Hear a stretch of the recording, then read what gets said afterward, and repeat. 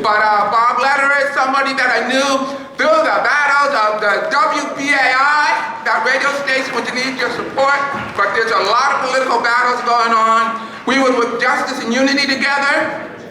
Okay. Bob Lederer was also a former political prisoner and an advocate, a health advocate. Bob Lederer.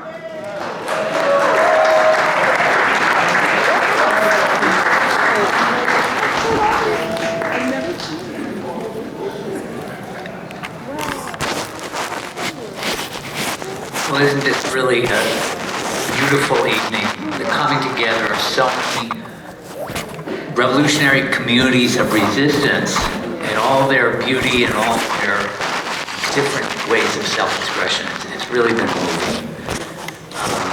And so I just want to put in my grain of sand to this honor and reminiscence and remembrance of the great work of Ralph Poynter. I want to mainly focus on two areas where his work and my work overlapped. And the first was the whole battle that his partner, Lynn Stewart, was forced to wage under two presidential administrations for her freedom. And Ralph was at the center of that. This battle went on for 10 years. There was first the efforts that he was central to stop the railroading of her on these phony charges. And then there was the battle over how long a sentence, and she ultimately was forced into an absurd 10-year sentence. And then she developed a second breast cancer in prison, and it was the whole struggle for not just medical care, but as our radical medical providers are always reminding us, the only true treatment for people who are sick in prison is freedom. Yes. And that must be what we think about today. And ultimately, under especially Ralph's leadership and his very democratic way of pulling together the radical left community, the Muslim community, the lawyers, progressive lawyers, and all sorts of other freedom-loving people, that community triumphed and forced the system to release Lynn far before they wanted to. And then it was Ralph who was so central for the 3 years that she lived past the twice the time that her doctors had predicted she would survive. With his loving care, she survived 3 years in freedom. Long live Lynn Stewart. The other area where Ralph and I overlapped was in our common love for People's radio station, WBAI, where he and I and many others, and Mimi, who you heard earlier, have had the privilege of giving radio information to the people. And Ralph was at every point there to fight the good fight. He decided to run for the board with a slate of anti-racist activists.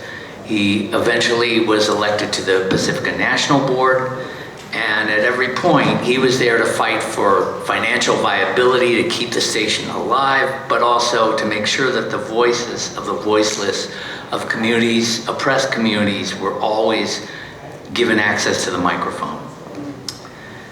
And just finally, I want to say something about Ralph as an amazing human being. He was somebody who was always about love and about genuine caring for people and what their concerns were. And he, as Mimi Rosenberg said to me recently, Ralph cared about people who were hurt. And in fact, half the people he hung out with were social pariahs. And that was very true, and it was meaningful to me as a gay activist that Ralph was always there for queer liberation. And back to the days long before I knew him of the motorcycle shop, which became a haven for people who were turned out by society because they were queer and trans. Ralph was there. And so I really want to thank him for that and for all of his solidarity with all oppressed people. So just before we go, let's remember what several speakers have said, and especially Brother Jihad, that we have to take actual action to free our political prisoners, particularly Brother Mumia and Brother Leonard. We have to not only be marching for them, but we have to be donating money for their legal funds, their medical funds, and speak out in emails and in letters to the powers that be to make sure that we free them all. Long live Ralph Poynter. I love you.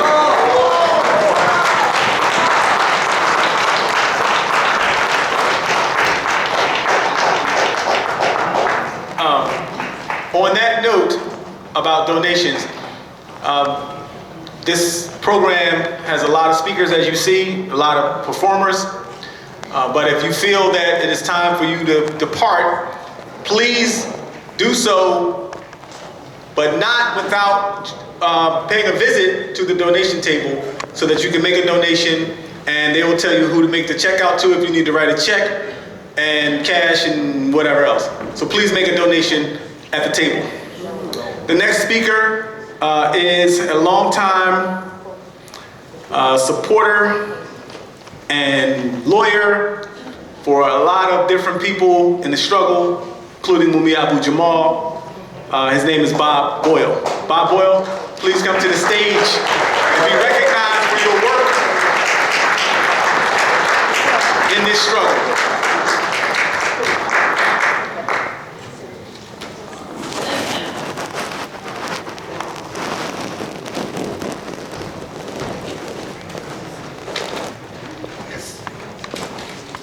Free Mumia. Free Leonard. Free Kamal Siddiqui. Free all political prisoners. First of all, my heartfelt condolences to the family and loved ones of Ralph Poynter. And also I want to thank Betty Davis for giving me the honor of being here this evening, allowing me to speak and being amongst all of you. Jihad put it in good terms earlier when he said that when we work to free political prisoners, it's work. And I wanted to share some of the lessons that I got from Ralph and from Lynn in that struggle. I mean, believe it or not, there was a time when I was one of the younger people, younger lawyers doing this kind of work. And when you're doing political work and you're doing legal political work, you know, the drudge work has to get done. Yeah. You know, the writing of the papers. You know, before printers, and we used to have big tables and sort everything right there, because that's the work. And Ralph did that. You know, Ralph's an educator, a scholar, you know, an activist. But he did all of that drudge work as well, and we all have to do that. You know, we used to go into MCC, Metropolitan Correctional Center, at night to see particularly these political prisoners known as the Ohio 7, who we represented. You know, when we came out at 9 o'clock at night on a cold February night, Ralph was there with a car to take us home. He understood that it's really a community.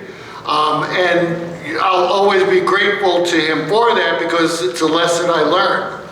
I wanted to speak for a couple of minutes about Ralph's role in the effort to free Lynn, which was ultimately successful. Not as soon as we would have liked, but it was successful. You know, Ralph taught us that you keep politics in command.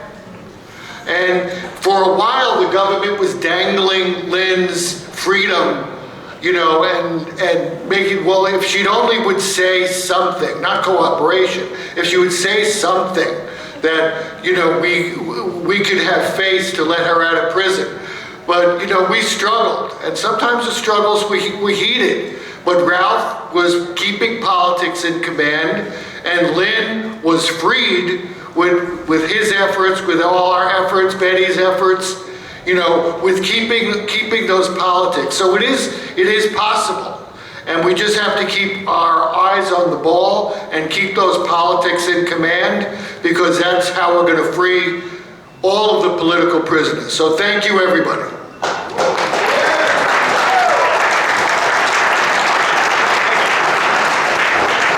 right, I got some bad news, y'all. I got some bad news. It ain't good. I'm a little upset. I just went back to the table to ask how much money was raised tonight so far. I counted $70. They said it was a little more than that, but all I saw was $70.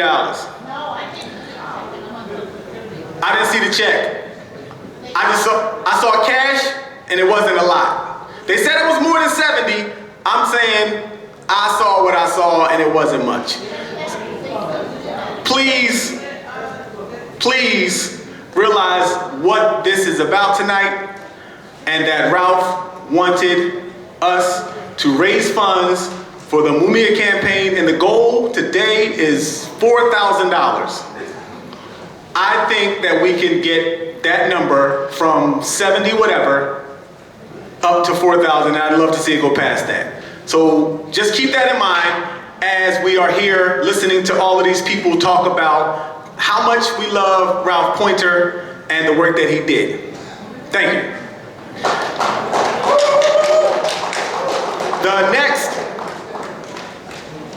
The next person we're going to hear from, unfortunately, can't be here with us tonight, but he is here in spirit and by voice through a recording. His name, you've heard it before, is Mumia Abu Jamal. A revolutionary life. The English poet William Wordsworth once said, "The child is the father of the man." Rarely has such an anecdote been so true as in the wild rebel life of Ralph Poynter. Poynter, a member of the Black Panther Party and the Black Liberation Army, is perhaps best known, at least in recent days, as the man who fought hardest for the freedom of his imprisoned radical wife, lawyer Lynn Stewart. He stood alone in the sweltering Washington, D.C. summer sun for hours with a sign in front of the White House demanding her freedom. But a reflection on his youth shows an unusual child. One of 6 children of the Poynter family in a small steel town in western Pennsylvania called Vandergrift, a few miles from Pittsburgh. His father, George Poynter, was a union organizer there, and little Ralph would actually accompany him when he was just 6 years old. At 12 years old, he took pleasure in playing in the snow, making snowballs and throwing them as far as he could. One day, another union organizer saw the boy throwing snowballs and said to Ralph, "You're pretty good with that snowball, aren't you?" Ralph replied, "Of course. I can hit anything I aim for, no matter how far." The union organizer asked him to climb a hill overlooking the steel mill and explained to the boy that the union was on strike against the mill, and the guys being driven there were scabs or men trying to take union jobs. He then asked Ralph to pack his snowballs with big rocks. Ralph did so. When he asked Ralph if he could throw these rock snowballs at the trucks that stood in front of the mill and hit their front windows, you could almost guess young Ralph's response. Of course. Ralph threw for most of the day and hit exactly what he aimed for. That night, the union organizer went to Ralph's home and told his father that Ralph was very instrumental to the union's success in striking against the mill. Ralph Poynter helped the union before he even became a teenager. When he went to the local elementary school's 3rd grade, he learned what his older brothers had learned years before. That colored boys, well, that's what they called them back then, couldn't go to school without encountering violence, as there were so few colored people in the town. Ralph was beaten, and his new hat and jacket, made by his mother, got messed up. When he saw how sad his mother was at seeing his state, he resolved to end it the next time it occurred. The next day, when his attackers came at him, he didn't run. Instead, he stood his ground and fought back vigorously. Before long, his attackers began to flee. He learned a life lesson about self-defense that would, years later, inform his political, now the words of Ralph Poynter. Quote, "Black lives have never mattered, except during slavery and other circumstances where money is being made by our labors for others. The modern death penalty, 80% black, moved lynching indoors. The police, as the army of occupation, have taken lynching outdoors again," unquote. Ralph Poynter. Ralph Poynter, steel worker, elementary school teacher, investigator for his lawyer wife, union brother, revolutionary, returns to his ancestors after 89 winters in America with love, not fear. This is Mumia Abu Jamal.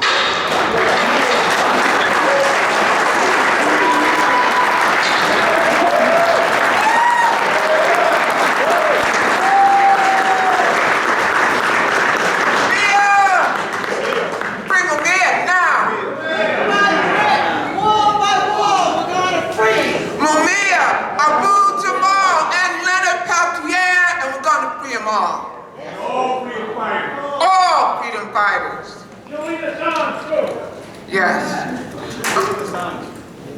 Yes. All of them. And we ain't gonna have no more of them going to prison either, like they want to do the chairman O'Malley used to tell her. And next, we're going to have, yes, she is Ralph's beloved goddaughter. I gotta take my glasses off. And I gotta take my glasses off. But goddaughter, Cheryl, please come up. We love hearing from you, and we just thank everybody here. All right.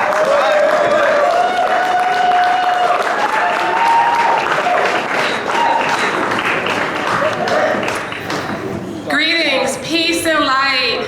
When I became a teenage revolutionary person in the late 1980s, I turned to the left, turned to the right. I had no one. And then I found Mama Betty and Baba Ralph. And they were my political godparents and my mentors. And they poured into me. And as a result, I was able to spread my wings and do what I came here to do. So I love them for helping me find my purpose. And so I have this poem tonight that I wrote and I want to share with all of you.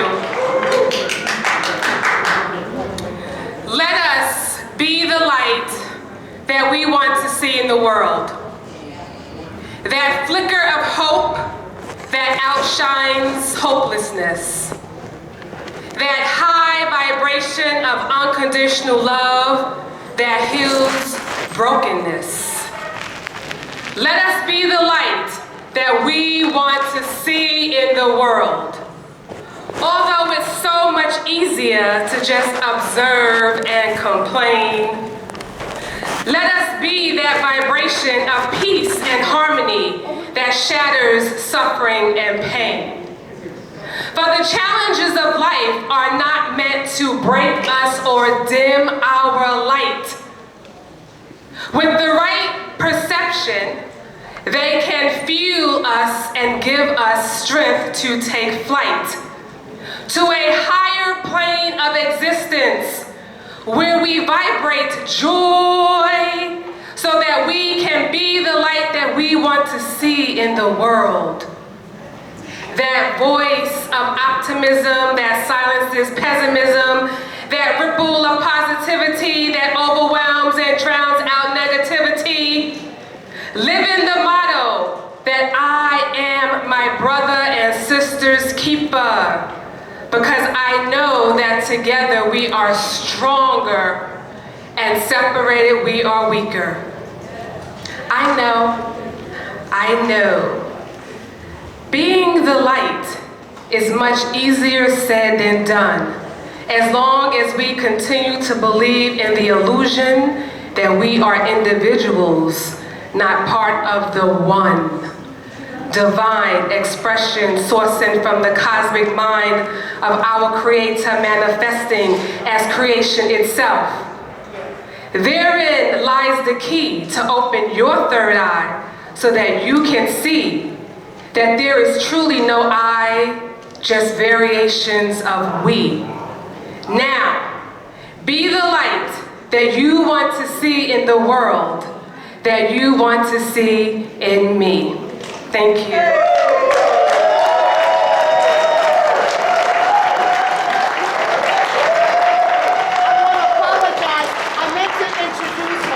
This student in high school, Paul Robeson, which we redesigned and named.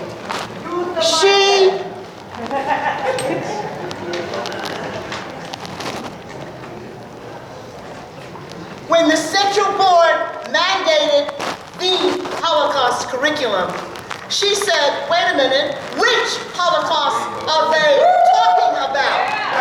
And she led the entire high school into the street to protest because she says, we want to know about our Holocaust too. Yes.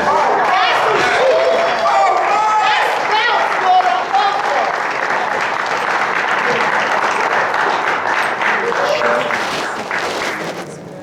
Yes.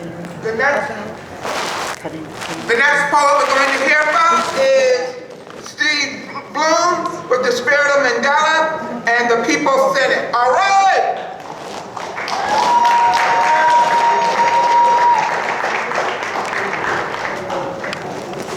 Thank you. I read this poem at an event that Ralph organized. I don't remember when, I don't remember the occasion, but I think I will always remember Ralph standing up and cheering and clapping louder and longer than everybody else when I was finished. The bell.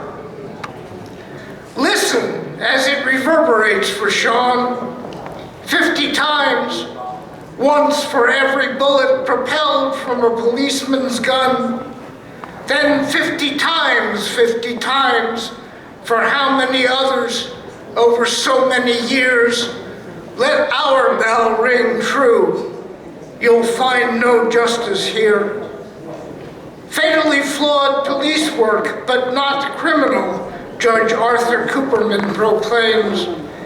His honor does not seem to comprehend fatally flawed police work is criminal, and so is a fatally flawed judgment, though this by now is too well known.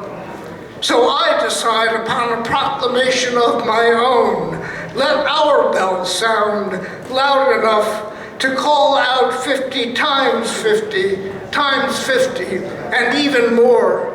As many powers of 50 as we require, marching proud enough to disarm all the criminals draped in their judicial robes or brandishing policemen's guns, and then an honest justice based on truths we hold self-evident may finally be done.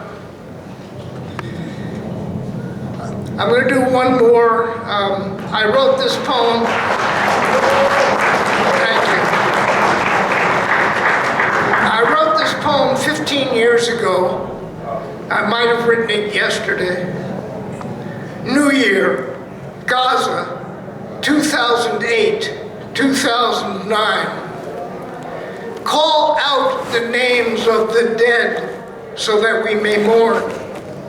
Call out the names of the dead. Call out the names of their killers so that we may rage as we mourn. Call out the names of their killers. Call out the names of those who march in protest so that we may give thanks as we rage and mourn. Call out the names of those who march in protest. Call out the names peace, justice, freedom, Palestine, so that we may hope as we give thanks, rage, and mourn. Call out the names peace, justice, freedom, Palestine.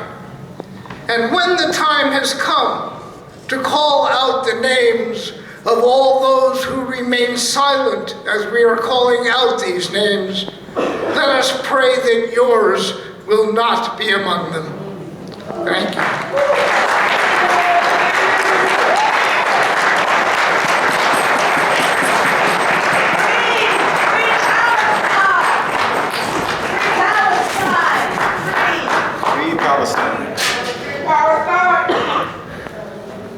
The next performers that we're going to hear is the Richard Clements Trio, and they're going to do an amazing jazz rendition. Night Tunisia. Excuse me? A night in Tunisia. A night in Tunisia.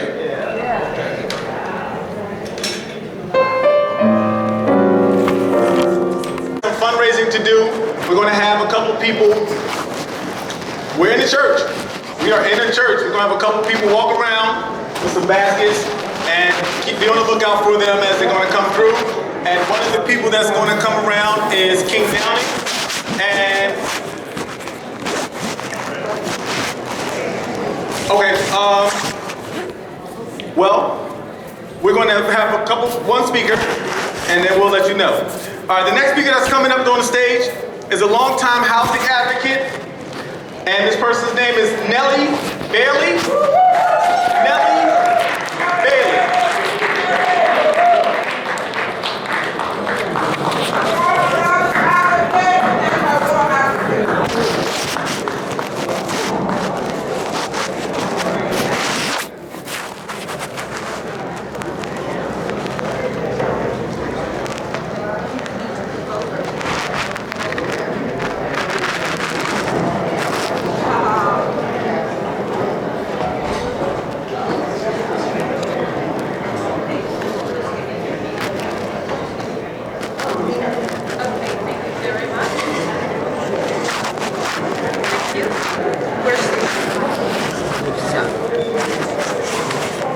Well, it's late, but let us rejoice in our worldwide salutation. Yes. All power to the people. Yes. All power to the working class. We have nothing to fear but fear itself, and we are going beyond Roosevelt. We have nothing to fear but the loosening and the chains of our chains that have bounded us for generations and generations. First of all, I want to say all power to the Palestinian people from river to the Mediterranean Sea. All power to the liberation and the resistance of Hamas. We must not be afraid to call out the name of Hamas and our support of this revolutionary organization.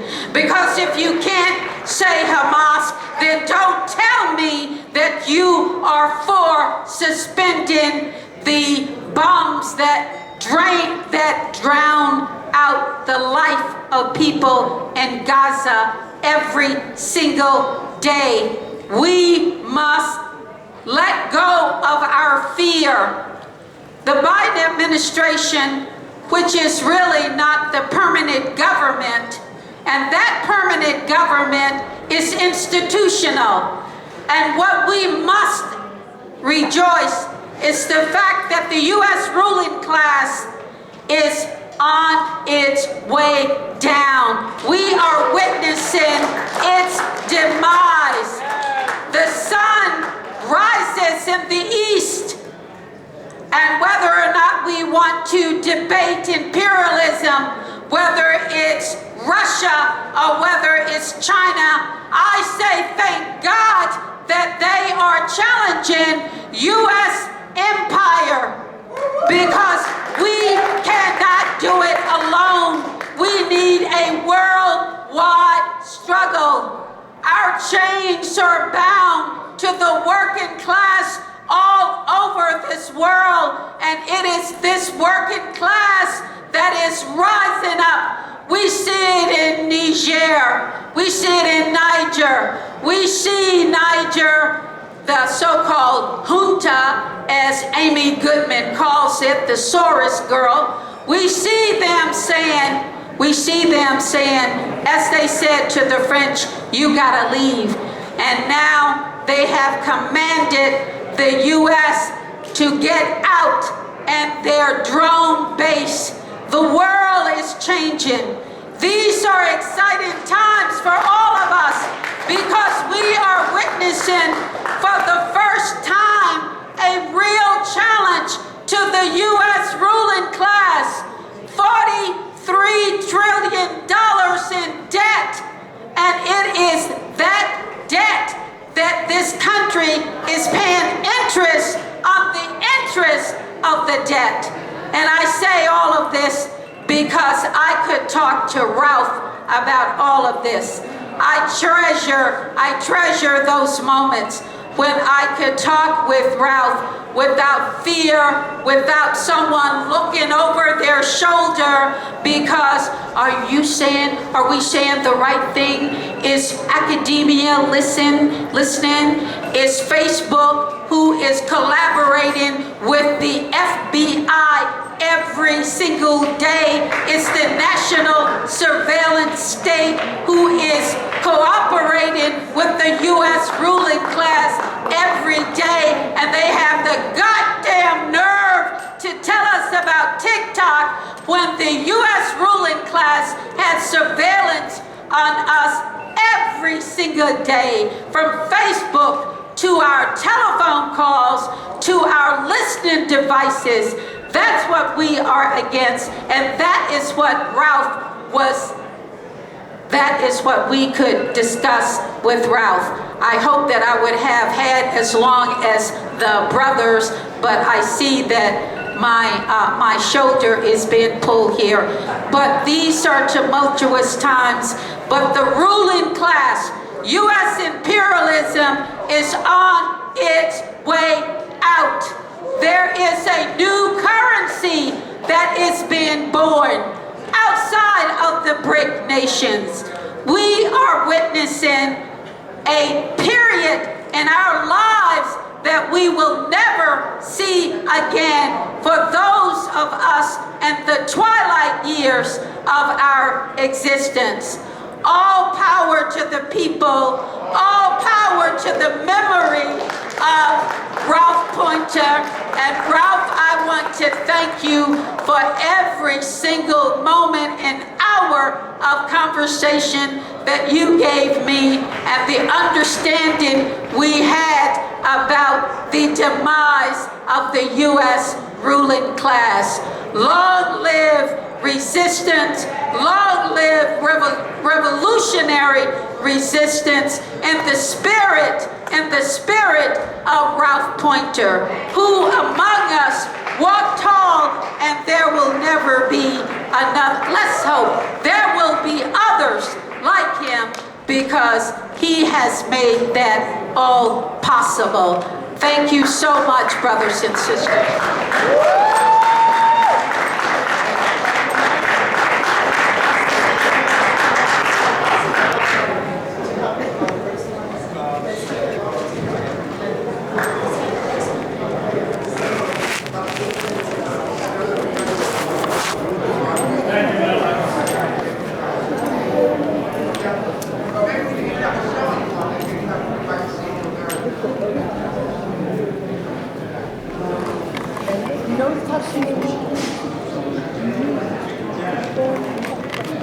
Speaker or a poet is an advocate for the African Graves Matter. African Graves Matter.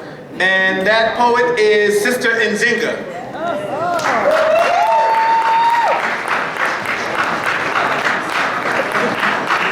Okay, good evening, everybody. I'm so humbled to be here and to have been among so many warriors, just giants in this struggle. I met Mr. Ralph Poynter and Miss Betty Davis when we were on Church Avenue between Bedford and Flatbush, trying to save that space from having a quote-unquote unaffordable housing development placed on the site of a burial ground. That's how I met them. And every conversation I had with Mr. Poynter, we talked about the fight, the struggle.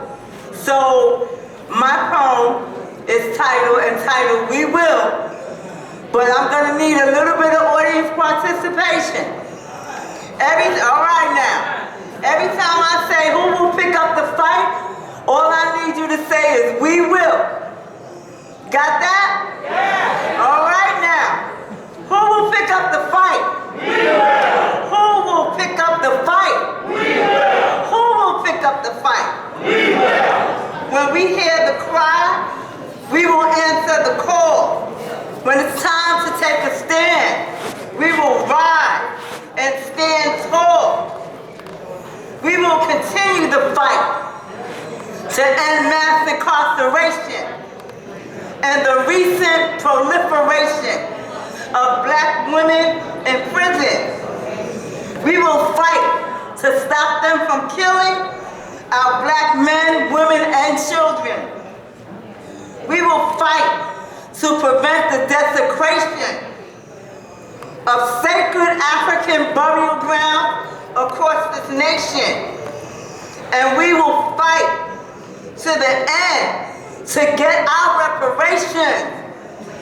We will rally against a healthcare system that profits from the weak and vulnerable. And we will persistently decry systemic racism that causes black mothers and their babies to die in childbirth at the hands of xenophobic doctors who devalue their work. We will fight against a system that uses media and propaganda to normalize murder and massacre. We will fight against oppression, repression, and inequality, against all forms of racist government policies that fund war but don't feed the poor, that oppress but don't house the homeless, that advocate genocide, hunger, and poverty, yet condemns the people's right to fight to protect their land, life, and liberty. Who will pick up the fight? We will.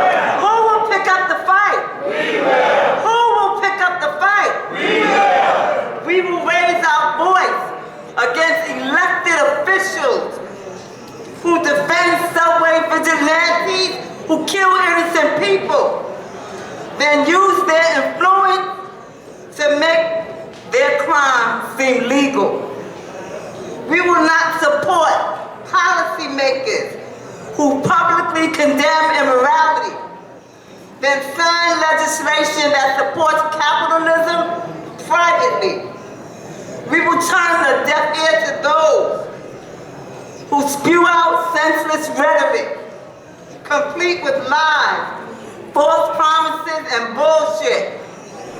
And to those who oppose the teaching of black history, your truth about black history is nothing short of a lie, So we could never rely on you to teach the truth to our youth about their rich culture and royalty. So we will fight to control our own schools and communities. We will fight to make right the wrong still lingering from the past. We will fight to free every political prisoner who is languishing in a death camp. We will fight from Bed-Stuy to East New York. We will fight from New York to Buffalo. We will fight from Mississippi to Chicago. We will fight from Gaza to Haiti to Cuba to Africa. We will fight. Who will pick up the fight? We will. Who will pick up the fight? We will. Who will pick up the fight? We will. Thank you. The family to come up and jump. We're going to bring some buckets. While Kisise is performing, we're going to ask you to pass some buckets because we got to get out of here shortly. So please, there's cake and food. Trying to come back. Well, just repeat what I just said. Right. We're going to be passing the bucket, and Sister Kisise is going to be performing. We got to get out of here. We're going to have to try to make everything run as tightly as possible, and you guys can have some cake while we're passing the bucket. Can we have this table moved And up? Kisise Siddiqui is the daughter of political prisoner Kamal Siddiqui, who is in Atlanta, and he is forced to serve a time of a life in prison plus 10 years. So please give it up for Kisise.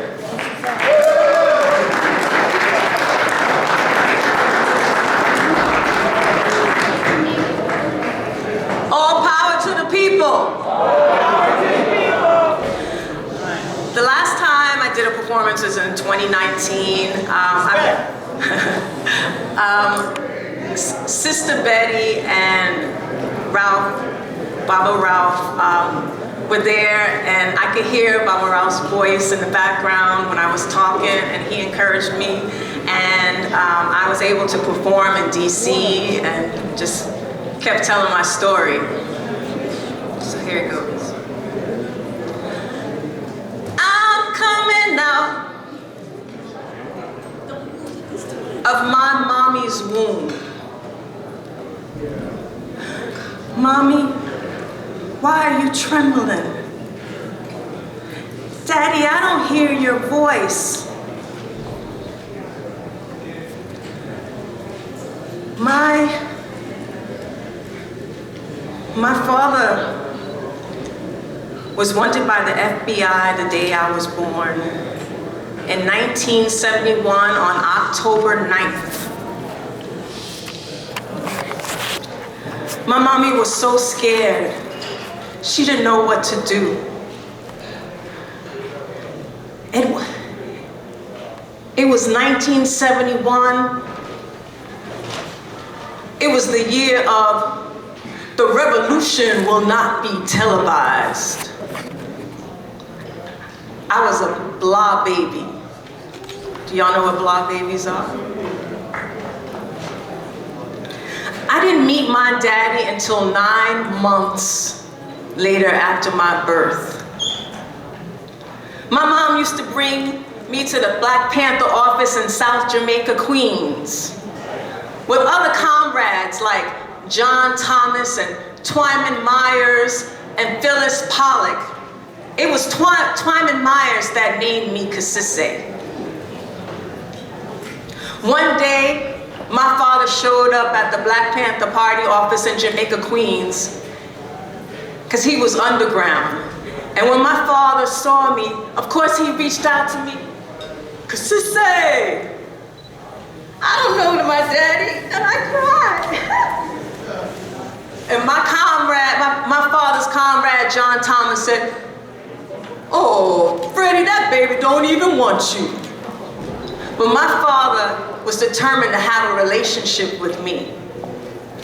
And he took me from my mother's arms and put me on his shoulders and took me for a whole day. And when I came back, I was just a grinning Oh, because I had been with my daddy, and that was the first time that we bonded. You know, my father, as a young Black Panther, was full of fire, and is full of fire. I was born to be a revolutionary, to enjoin what is right and to forbid what is wrong. It is my heroes, of Brother Malcolm and Stokely Carmichael, and it is the teachings in my political education classes that have taught me concepts of socialism and colonialism and classism and that beast called racism. And I have to do something. I have to take the streets. And my father did take the streets. He would be out there selling Black Panther papers to educate the masses. Do you know, my father asked me, Kasise, why did you choose me to be your father? He and my mother, PJ. And you know why I chose them? Because I chose them because of love. My parents are not here today. My father is behind the wall, serving a life sentence. My mother, Pamela, another Black Panther warrior woman, has dedicated her life to liberation, and she has been sick. So I am here because the message from 1971 is the same message of today, that we have to free our political prisoners. Free them all. And the message of 1971, where we were giving out, where my parents were giving out Black Panther papers, today we give out other materials for our political prisoners to free them. So I'm here to continue the message and to pass it on, because this is a generational message, and we have to teach our children. All power to the people. All power to the people. The flyers are being passed out for the Kasise's daughter. Please follow up.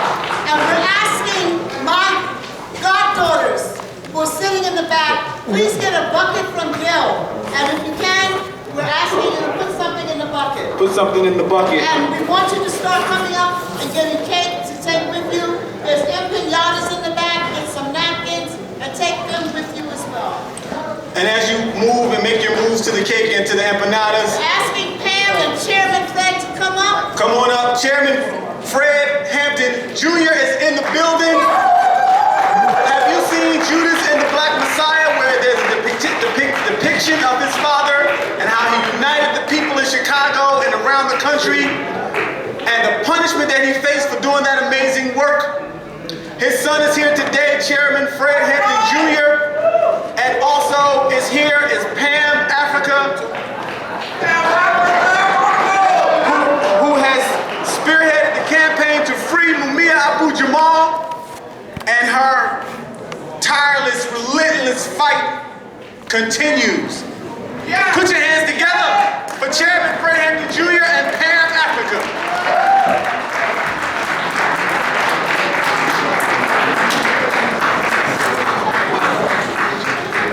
We want to thank y'all, Betty, Wonder Woman, to put a If you want to make a program. donation using that funny sign, it's in the back. The sign is in the back. Okay? And How about this? Have a seat, and we'll bring the food to you, but people put something in the bucket. Please do, please. We can't say enough how we need funds. Mumi is sick inside the prison, and a lot of political prisoners is sick inside the prison. In order to bring our political prisoners home, we need money.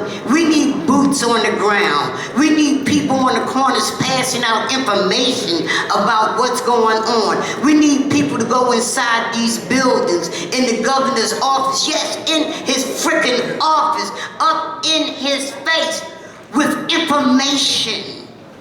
We would like people to really dig in your pockets, because we really, really need your help. I'm saying the demonstrations and things we put on, time is of the essence right now. So Chairman Fred is going to speak, Rachel is going to speak, and all I can say, I have a whole lot more to say, and but the time is short right now. We got to be out here by 9 o'clock. But please, if you dug in your pocket and you gave all but $10, can you pull another dollar out? And this is very, very important. Leonard Peltier needs our help. Mumia needs our help. And please stand fast and donate. Right on, look here, y'all. I know time is of essence. I gotta have this speaking fast anyway. Let's open up this revolutionary ritual, man, for our fallen comrade Ralph Poynter. Man, heads up, eyes open, the fist clench, y'all. With a fist that. With a fist that. Long live Ralph Poynter. Right on, look here. I know what John, I know what Viola, say cool. So many others, man. We've been taking some hard hits, some H-A-R-D, some A-G-A-R-T hits, y'all. We got a number of ways we can look at this, so we can be somber, say what Ralph said, this is bad news, whatever. But the deal is, listen up. The deal is, y'all, we have to up the ante. We have to heighten the contradictions, y'all. We have to be armed with a politic that distinguishes liberating from stealing, reactionaries from revolution, and also, in particular, from existing from living. Right on? Ralph Poynter lived, he continues to live. Right on? I ain't gonna jive y'all. When I was held captive in those concentration camps, not those prisons. When I was held captive in those concentration camps, and I hate Brother Chairman Martin telling the room they had to leave out, but I want to clinch fist salute for the role they played. You know what I'm saying? Get me back out there, because I'm clear, as Minister UEP Newton said, would it not been for the people, I would have came out of there in a pine box, if come out of there at all. And the reality is we do go through battle fatigue, y'all. We do go through battle fatigue. And some of the things that keep us inspired, the names like Mumia Abu-Jamal, Leonard Peltier, so many others, who was taken in before I got locked up and still is held captive now. I looked in the spirit of still shopping, still, and men and women shopping, and men and women, y'all. We got to make sure that we push the campaign, and to distinguish that there's a difference between a war and a revolution. A war is two occupying armies that suit up, put up, and get down. A revolution will gain the mass of participation of the masses of the people. These names be in our poetry, the money in our pocketbooks, we should donate to the campaigns, and tie it in our everyday lives. Not just during February, not just during election time, but internalize it. Right on? Right on? So again, my comrade has stated, those who gave, we can give again. I am honored and humbled to be here, y'all. Ralph Poynter, hey man, a legend. Betty, I'm so honored and I'm humbled, you know what I'm saying, that you took me last up here, get me up here. I'm honored and humbled, y'all. These are, as I said before, man, I'm saying it again, these are our real, as opposed to role models, these are our real models. Right on? Power to the people, free them all, free them all. My name is Rachel Wolkenstein. A lot of you don't know me, but I want to say I've been around for a very long time, and I'm really honored to be asked to say something here at Ralph's memorial celebration, really, of his life, his struggle, his fight, his being a leader, his being an educator. I want to say a couple things about Mumia. Contrary to some of the discussion going on here, I want to make it really clear that despite and even with all the legal work done for Mumia, his life was saved. He was saved from execution by an international, worldwide campaign that began back in 1990. A lot of years, a lot of things till 1995.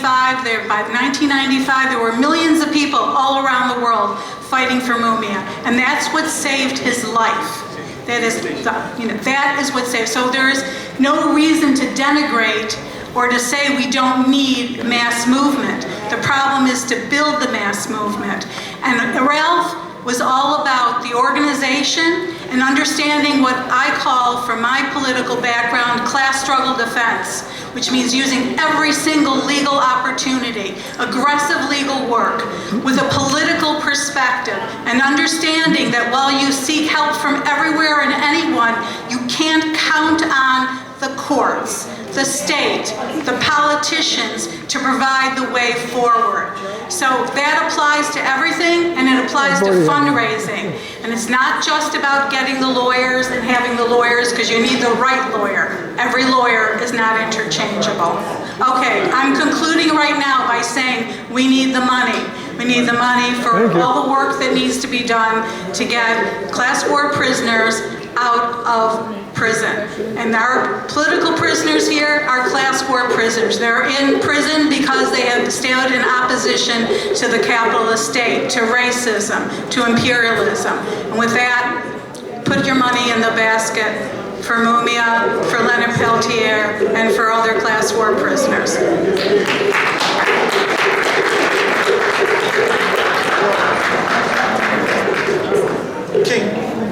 Okay, that concludes our program for the evening. But thank you all for coming. Give it up for Ralph Poynter. Keep your hands clapping for Betty Davis and all of the people that supported and that came out and that spoke and played amazing, beautiful music. And for yourselves for coming out. Watch yourself.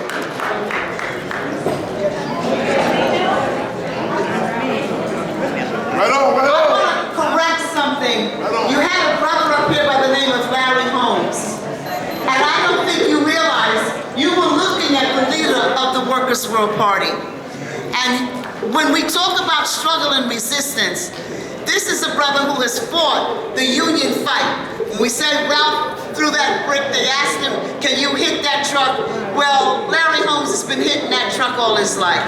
And I want to just acknowledge that we didn't give him his proper title. And I want to publicly apologize.